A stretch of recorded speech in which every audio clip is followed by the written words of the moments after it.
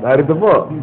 Panoorin natin si Brother Eli. Panauhin doon sa bubblegum. Ayan. Sa marami nagtatanong, andyan na po. Mapapanood po natin si Brother Eli sa kabilang sintilan. Marami po siyang... Hindi mo na kailangan lumipat eh. Dahil dito rin panonoorin din natin. Panonoorin namin, kasabay namin kayo manonood dito sa ating programa. Bubblegum, si Brother Eli Seriano.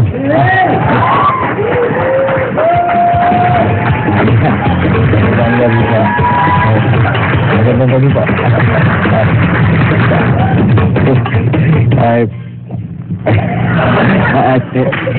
Kayo talagang para sa akin the best. Kasi yung pangalan niyo pa lang, yung initial, alam ko. Okay lang yun. Ang Tagalog. Kayong best para sa akin. Thank you. Lagi yung sinusubaywayan yung programa nyo sa TV. Naalala niyo yung dating daan. Kaya po best kayo kasi magaling kayong magsalita sa TV. Pwede nga po kayong tawaging best preacher. Ano magalit sa iyo? Ay, para sa akin naman po, opinion ko kayo ang best preacher. After all, you are entitled to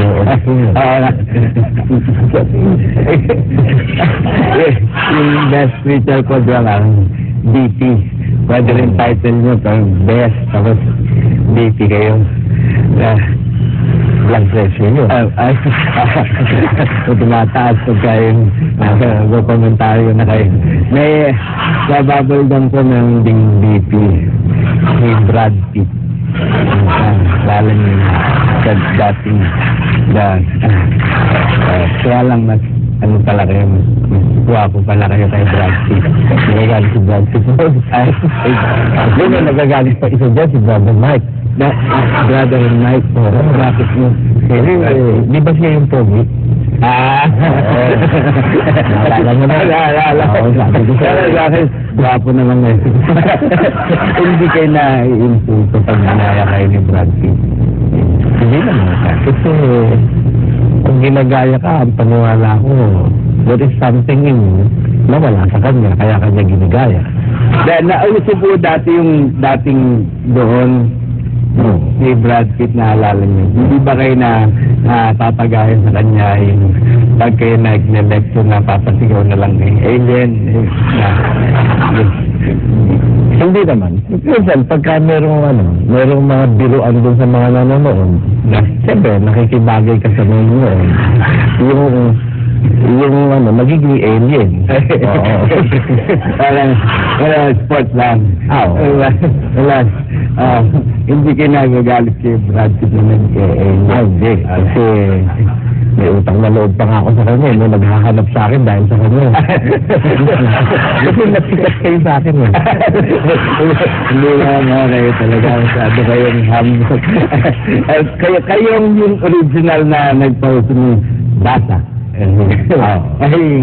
Alam po ba nyo na yung paglabas mo sa TBS saka yung pagsasalita nyo sa radyo nasusulat din? Ay, oo. Nakasulat yun. Nasa Daniel yun, 12:4. Ang ibig ko sabihin, nasusulat po dito sa pangalan mo. Kasi yung huling 5 letra ng pangalan mo, pag binaliktad, on air. Kaya nasulat po yung... Buti ka pala, bumasa kayo sa akin eh. Hindi ko naman pala na kayo magiging... Kaya nang kailangan may batayan, nababasa. Tapos nabaltaan ko, meron pala kayong restaurant. Meron. Yung mga waiter mo po ba doon, kailangan kabisado rin yung menu. Para dapat. Pag sinabi ng customer, anong merienda nyo? Merienda, basa, 30.99 ng spaghetti. Oo. 9.25 ng ice tea. Oo. Kabisado mo. Dapat meron. Kabisado mo lang.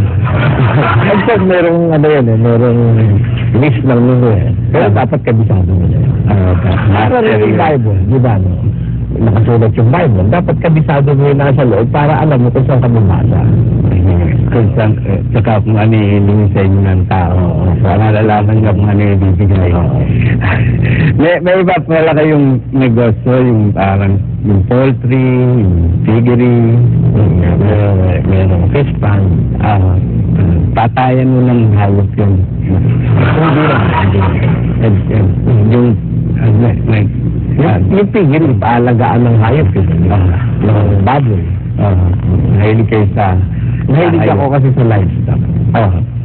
Pero, parang sa TV kasi parang hayop din kayong bumanat eh. Sa mga kumakalaban sa inyo.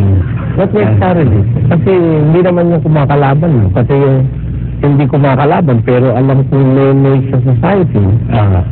Binabanatan din natin yun. Yan po yung talagang mga hayop. Alam niyo po ba na nasusulat din na sisikat kayo sa pagsusuri ng libro? Alam niyo po ba yun? Hindi ko alam yun. Hindi ko alam. Basahan ko po kayo. Sige. Ito po kasi yung bro saka Ellie. Kapag binagbaliktad mo, Ellie bro. Excellent sa libro. Libro. Hindi na hindi ko na pag-aralan. Yung baligtaran. Kaya ako parang na-force na namin yun talaga. Mahilig ka ba dun sa bang pagka nagpapatugtog binabaligtad? Ay, abag ko may sa demonyo raw po yun. Kasi puro baligtad din yung sinasabi. Pangalan nyo lang naman po. Ang gawin pala.